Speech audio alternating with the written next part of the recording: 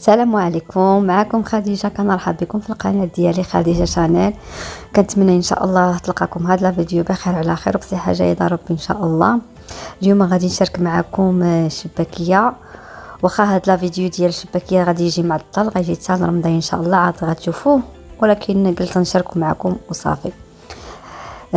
بالنسبه للشباكيه انا كيفاش كنديرها. هنايا عندي كيلو ديال الدقيق الفورس الممتاز. انا بالنسبه لي هنا كنستعمل الاتقان اللي كيجيني احسن ما كاين في الدقيق.